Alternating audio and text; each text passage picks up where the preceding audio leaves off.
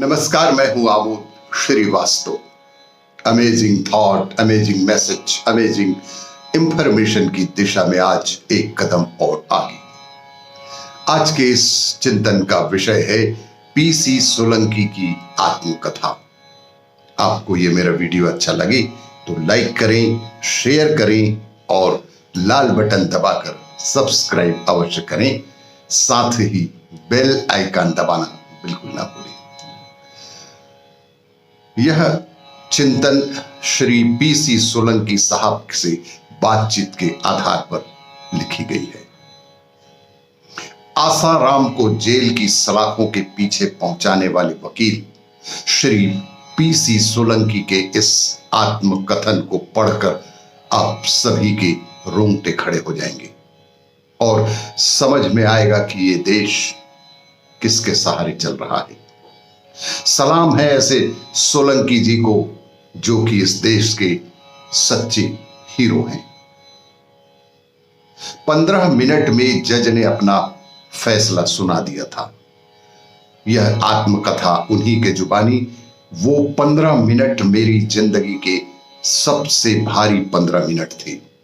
PC Solanki कहते हैं कि वो 15 मिनट मेरी जिंदगी के सबसे भारी 15 मिनट थे। एक एक पल जैसे पहाड़ की तरह बीत रहा था। पूरे समय मेरी आंखों के सामने पीड़िता और उसके पिता का चेहरा घूमता रहा।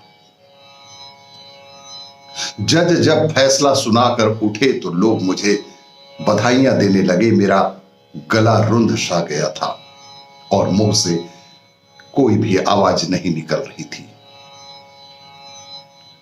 मैं एक वकील हूं, मुकदमे लड़ना, कोर्ट में पेश होना मेरा पेशा है।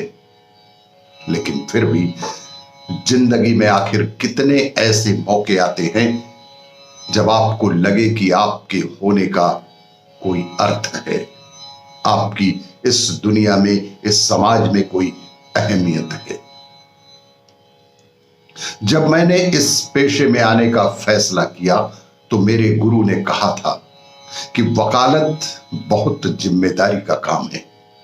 इस पेशे की छवि समाज में बहुत अच्छी भी नहीं है, लेकिन अपनी छवि हम खुद बनाते और बिगाड़ते हैं और अपनी राह खुद चुनते हैं। हमेशा ऐसे काम करना कि समाज में, इस देश दुनिया में सिर उठाकर चल सको और किसी से डरना ना पड़े। जब मैंने आसाराम के खिलाफ पीड़िता की तरफ से यह मुकदमा लड़ने का फैसला किया तो मुझे बहुत धमकियां भी मिली, पैसों का प्रलोभन भी दिया गया।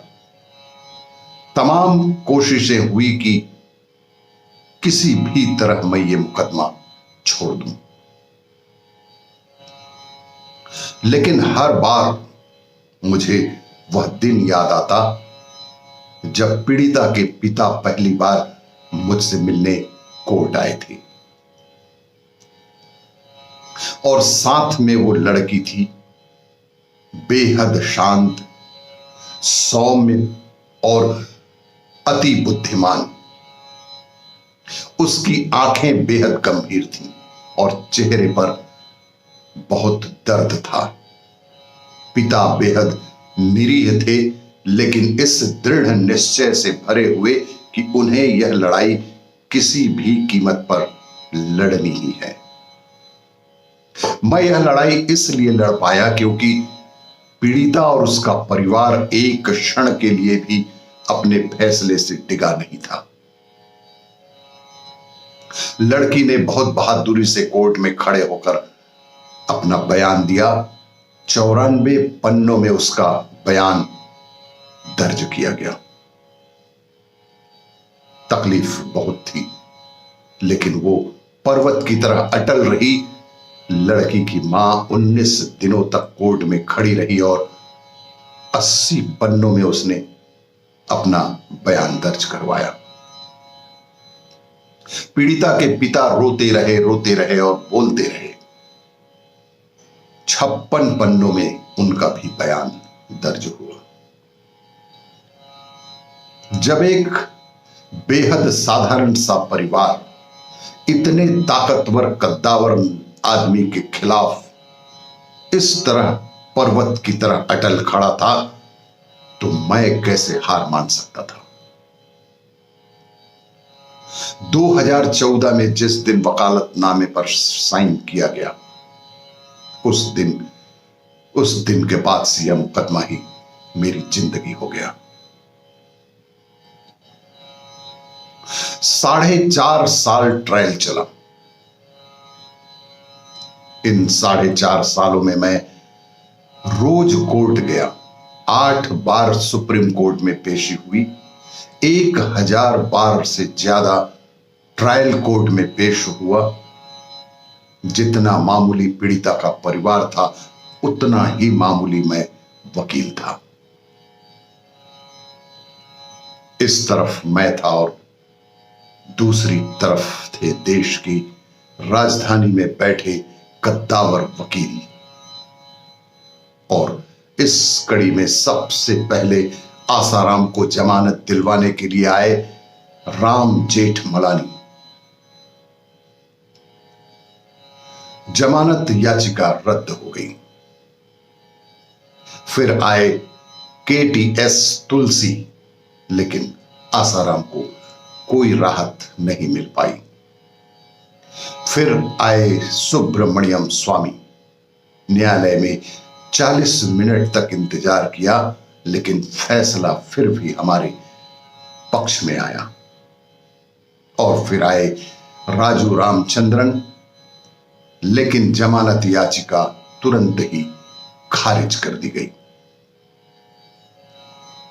सिद्धार्थ लूथरा ने अभियुक्त की तरफ से कोर्ट में पैरवी की।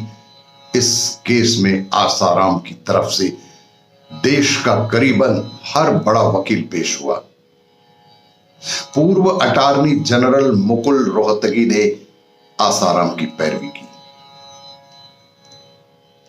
सुप्रीम कोर्ट के जज यू ललित आए, सलमान खुर्शीद आए, सोली सोहराब जी, विकास सिंह, SK जैन, सब ने एड़ी चोटी का जोर लगा दिया। 3 बार सुप्रीम कोर्ट से आसाराम की जमानत याचिका खारिज हुई और कुल 6 बार अभियुक्त ने जमानत की कोशिश की और हर बार फैसला हमारे पक्ष में आया।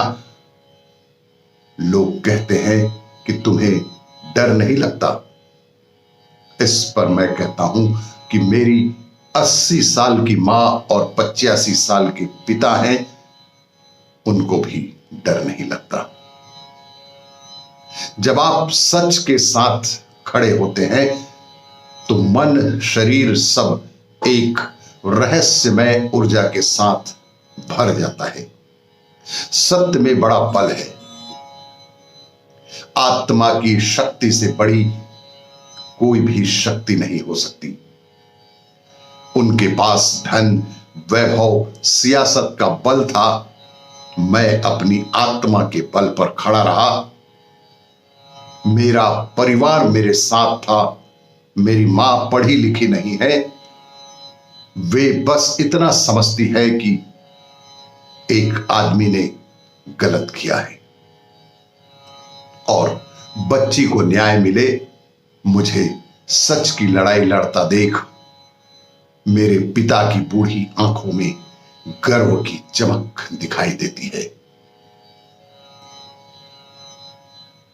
वे मुझसे भी ज्यादा निडर हैं।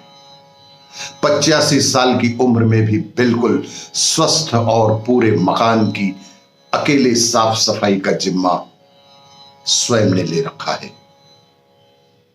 पत्नी खुश है कि मैं एक लड़की के हक के लिए लड़ा और अंत में विजय सत्य की हुई। आपको यह मेरा वीडियो अच्छा लगे तो लाइक करें, शेयर करें और सब्सक्राइब अवश्य करें। यह लेख श्री PC सोलंकी साहब के साथ बातचीत पर आधारित है। नमस्कार, धन्यवाद।